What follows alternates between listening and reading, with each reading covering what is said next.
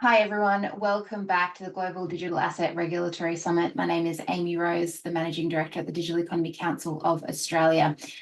We are about two sessions before the end of the day has arrived, and we're going to dive into Britain, Switzerland, and France. The conversation is going to be led by Steven Pettigrove from Piper Alderman, and he's joined really by a star-studded, pretty heavy panel. So we've got Professor Dr. Naseem Naqvi. I think I'm going to have to get that clarified. I've actually tried in the break previously, and he's from the British Blockchain Association, and I think he's going to have to come in and correct me in a second. Isabella Chase from TRM Labs will be joining us. Katerina, Anthony, Smart Compliance, GmbH, and André Casterman Advisory, and also XDC Network will be coming to the stage in about 5 seconds. Thank you, everyone, for joining us.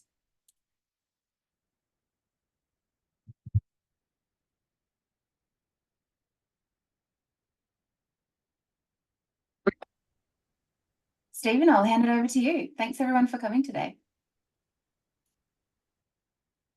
Well, thank you, Amy Rose, and thank you, Deca, for a fabulous program of sessions today. I wish I'd been able to join more of them. They all look fantastic. Hopefully this one will follow the very high standard that's been set by the previous speakers.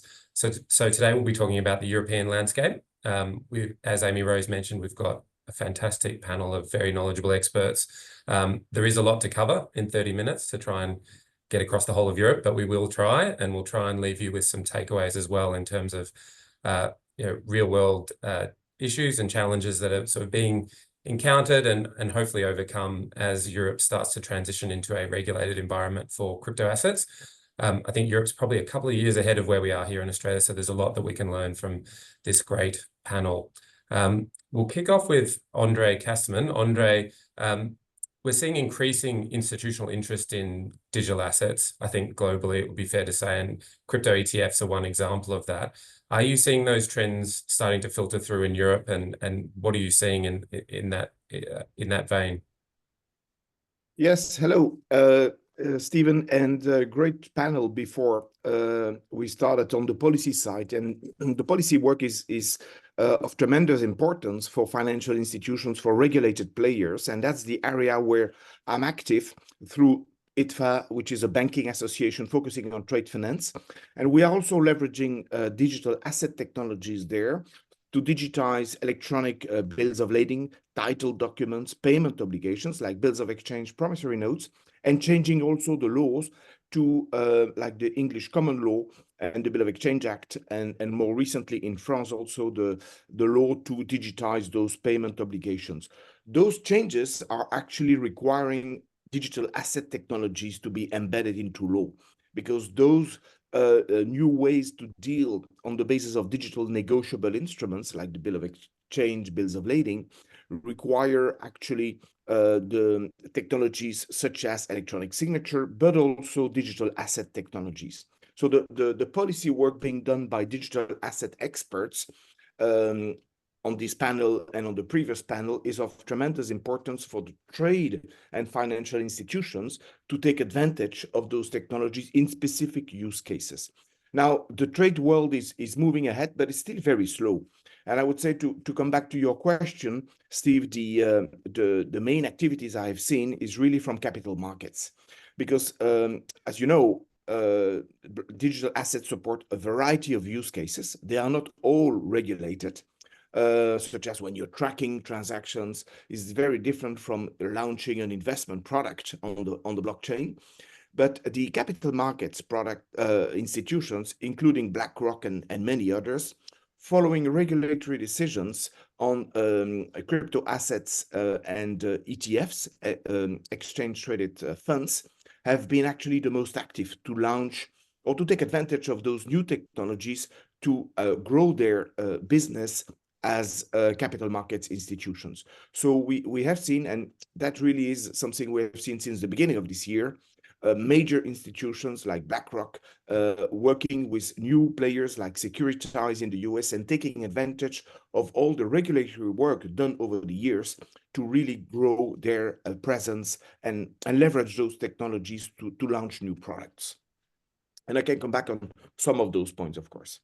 Sure. And are we seeing ETFs launched locally in Europe, or are there sort of feeder funds looking into the US market? Yeah, it's still early days. We see, depending on specific countries, some ETFs being launched indeed, but most of the real activity has been really on the US side so far. Basically, on the capital markets ETF side. On the trade finance side is really the UK and France who has been taking the lead in Europe to change the laws and leverage blockchain technologies in support of specific title documents like those bills of exchange from notes and bills of lading. Yeah, and that's a great point on the trade finance side, and it's not one that's got a lot of attention, I don't think, yet in Australia, but you're referring there, Andre, to the model law on electronic transferable instruments and legislation that's been passed in the UK and France to implement that. And converting what are paper-based documents into electronic-based documents, recognizing the blockchain sort of sitting behind it. Are you starting to see some uptake among shippers and transport companies looking to adopt this technology, or are those sort of conversations that are now underway now we have the legislation in place? No, we definitely see different types of lenders, more agile, SME-focused lenders, taking advantage of those new technology options and legal options to organize their trade finance activities. So, of course, you wouldn't expect the top banks to be quick, because they can't be quick. It's very hard to change in a major bank, but some major banks are really working on this as well, because they see this train has left the station. It is going to happen. We're going to have an increasing number of electronic bills of lading. We're going to have more and more standardized bills of exchange and promissory notes, and all of those instruments are very established instruments. It's just that the legal system so far did not allow those instruments to move to the electronic world. So this shift requires change of law, new technologies. It's using electronic signature, but it requires a bit more, such as DLT and digital assets, to basically have really an original document navigating amongst institutions and platforms in an interoperable way. A bit like basically digital assets can navigate across platforms and institutions and as non-fungible tokens or fungible sometimes, but it's all about making sure that the whole digitization process is as interoperable as possible, because those instruments need to navigate from one party to the other. It's not about agreeing to get the whole world on a single platform, because we know that will never happen. And is it that legislative change that's giving people confidence now to jump into the space, Andre, at the institutional side? Yeah, that's what you're sort of looking for. Yeah. Yeah, because the the world lessons in there for us as well. Yeah. Trade finance is all about regulated institutions, whether they are banks or financial institutions, non-bank FIs, or platforms. So the legal comfort is a must. The new technologies only make sense once the legal landscape is clarified, which is why we have relied since 2017 on the model law for electronic transferable records, the MLETR, as we call it, developed by the UN, and introduced this in Singapore, 2019, Bahrain, then ADGM, indeed, 2021, and then UK and France more recently. And other countries, including India, are working on this. It's a great use case for banks and transaction banks, mainly commercial banks, to identify where new technologies like digital assets make sense, because it's a very specific use case that makes sense to them and that requires digital asset technologies. Absolutely. Well, thanks, Andre. That's a great example of a real world use case. We might change tack now and talk about MICA, which I know is an acronym on everybody's lips and is now starting to step into the implementation process. Isabella, are you able to give us an update on where things are at in Europe around MICA? Sure. Thanks so much, Stephen, and good afternoon, everyone. It's great to be here. So I'm sure, as many of you know, MiCA, the Market in Crypto Assets regulation, is implemented in two parts. So the first part came into force on the 30th of June this year, and that really covered the issuance and exchange of stable coins. And then the second part comes into force on the 30th of December.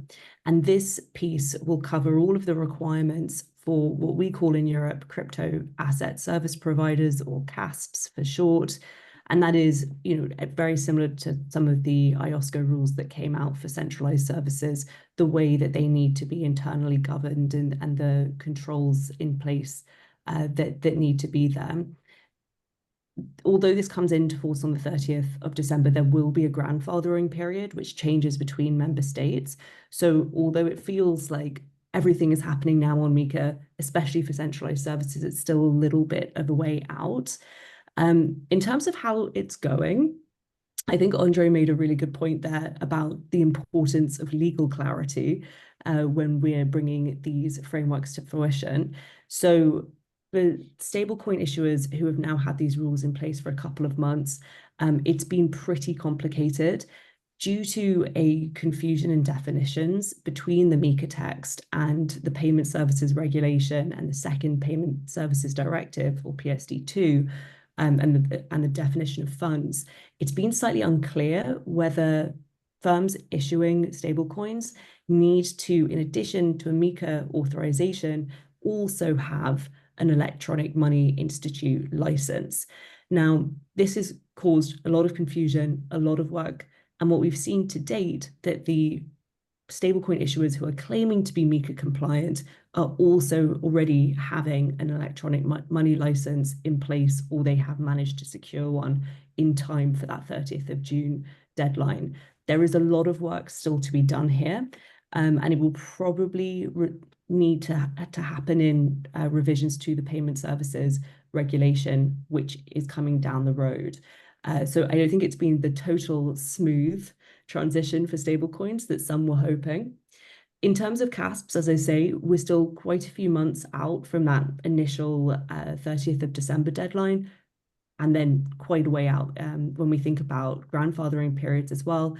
But we are seeing a lot of entities going through that process, selecting the jurisdiction that they want to seek their authorization in, and then going through the quite substantial process of getting everything in order to get that authorization. In terms of the European standard setting bodies, we do have most of the sort of further guidance documents, known as the requirements and technical standard documents, coming out now. So in terms of getting a little bit more detail on how to operationalize the 300 plus pages of MiCA, we are beginning to see that.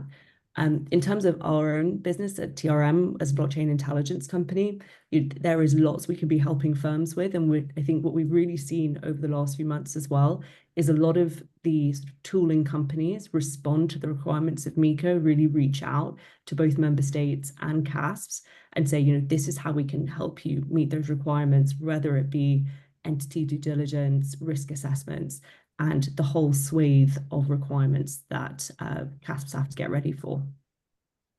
Right. Well, that's very interesting. So has the shotgun kind of gone off in terms of actually putting license applications in for CASPs, or is that something that's variable between jurisdictions and still to be confirmed?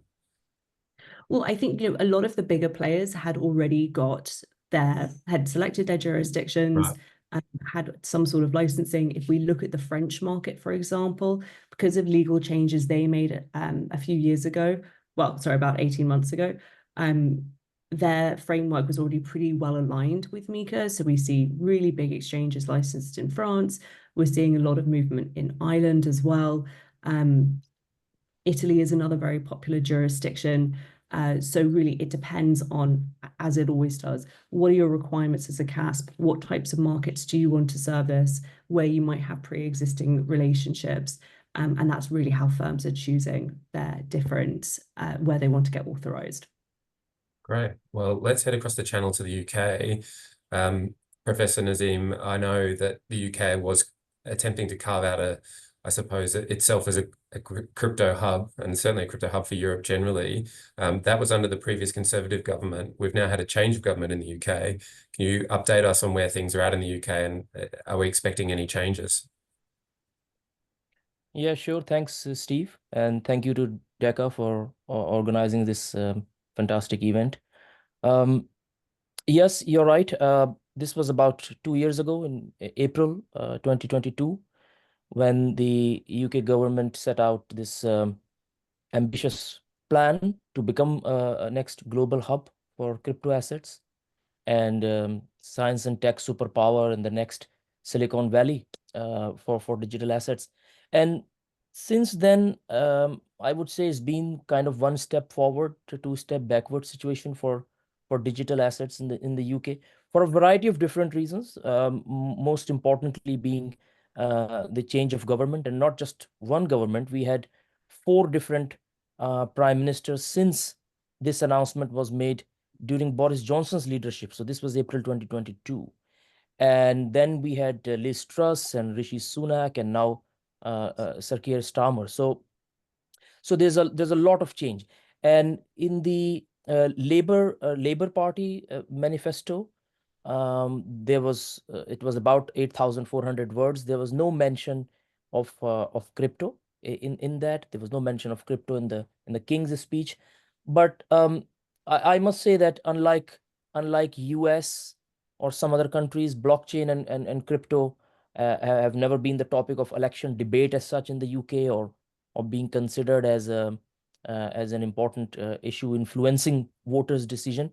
But nonetheless, I think those of you who are not familiar with the UK crypto landscape, it is the 3rd largest crypto economy by transaction volume. 10% of UK holds some type of cryptocurrency or digital assets according to the HMRC data. I think the major issues are, if you look at what's happening with the crypto businesses in the UK, only about 44 or 45 odd firms have managed to successfully register with the FCA. If you compare that with Switzerland, they have about 1,100 firms. UAE has about 580 in Singapore. The other issue we have is access to banking, and I'm the head of secretariat of the UK Parliamentary Group on Blockchain, so I meet up with industry, regulators, policymakers on a regular basis. And this is an issue, which is major issues come up all the time. Some of you may know that more than 140,000 bank accounts were shut down of SMEs. Some of them were digital asset businesses. So access to banking is an issue for crypto firms. But I think the general sentiment from the industry is that there is and there has been a positive rhetoric from government. There's a positive tone. There's a positive vision in terms of setting out bold vision for this sector. It's very welcoming. Sometimes it is not mirrored by the approach of the regulators. But I suppose it's early days for this new government. So far, it's been a cautiously optimistic approach from the UK.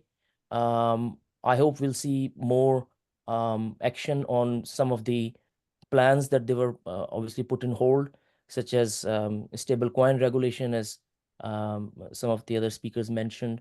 They were due to come in July this year, but there is work in progress. So overall, I think it's a kind of a cautiously optimistic approach we have here in the UK for crypto. Great, thank you. We might turn to Switzerland now. Katerina, I know Switzerland's always been a hub for digital assets for many, many years. Can you give us an update on where things are at in Switzerland and any new regulatory developments we should be across? Thank you, Steven, and thank you for inviting me. I really am impressed by the quality of organization and happy to be here. I'm representing Switzerland, and I have a private company which serves the crypto industry, and I'm board member of Crypto Valley Association. When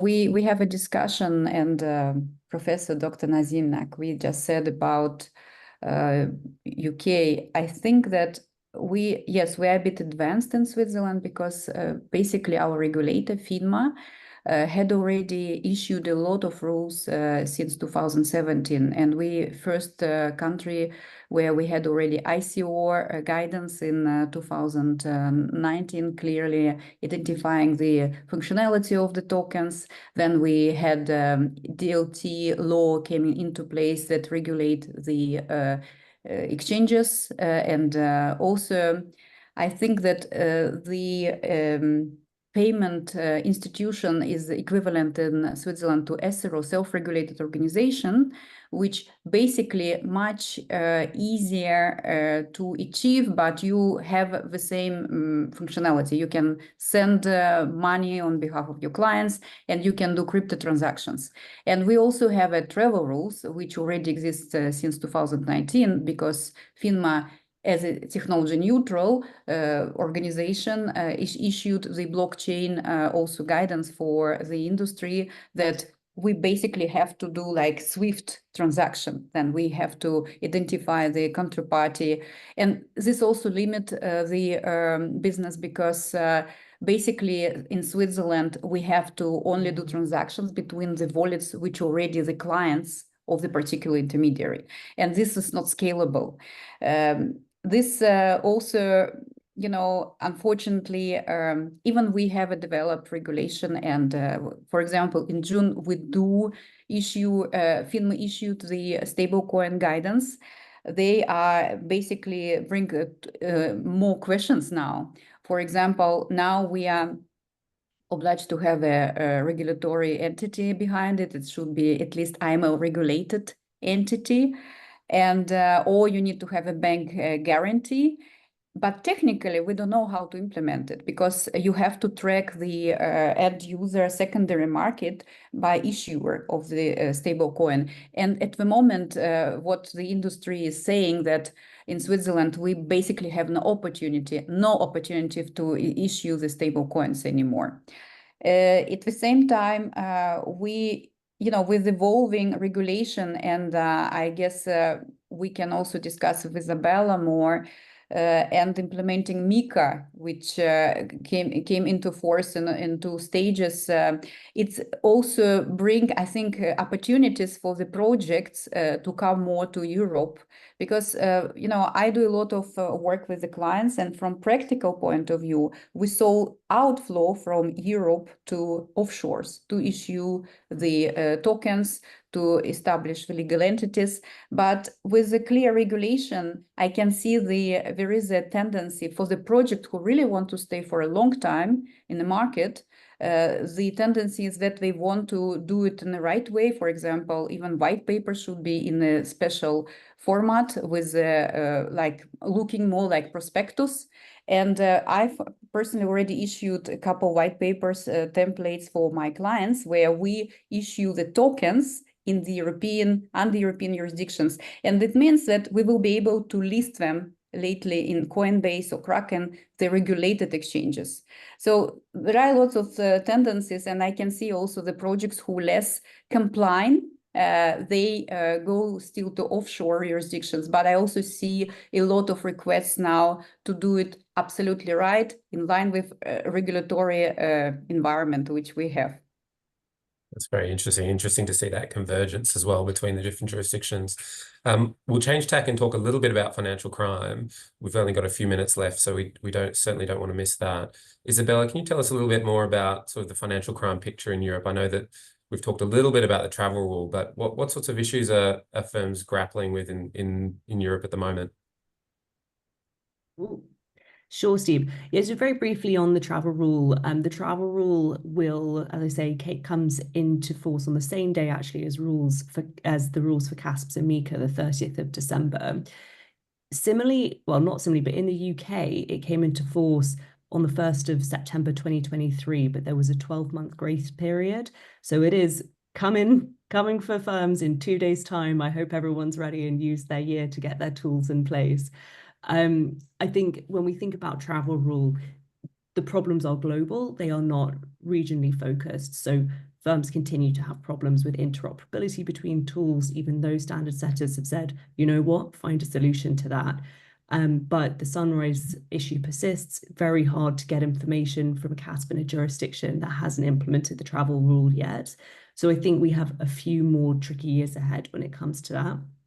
More broadly, when we look at financial crime issues across the European Union and in the UK, fraud, much like Australia, continues to persist to be a very significant issue in almost all member states, including the UK. We always see that as the first or second largest category when we think about illicit finance exposure, and that's very much your retail investment frauds and other types of that I know you're very familiar with in the US. I think then another significant issue is around sanctions compliance. Obviously in Europe, this is a highly sensitive topic, and it has been somewhat tricky to implement. Crypto, although so much of financial crime and the basic tenets of the theory behind preventing financial crime can be brought over from TradFi to crypto. Crypto does have nuances which require specialist guidance, and we're sort of yet to see that out of key policymakers, really thinking here about indirect risk exposure to sanctioned entities as a big theme in Europe at the moment, which lots of people would like clarity on. So we've got quite a similar financial crime picture, I would say: fraud, sanctions, then different types of money laundering. And as an industry, I think we're all continuing to learn together with our regulators, trying to refine practices and achieve the anti-financial crime outcomes that we all want to.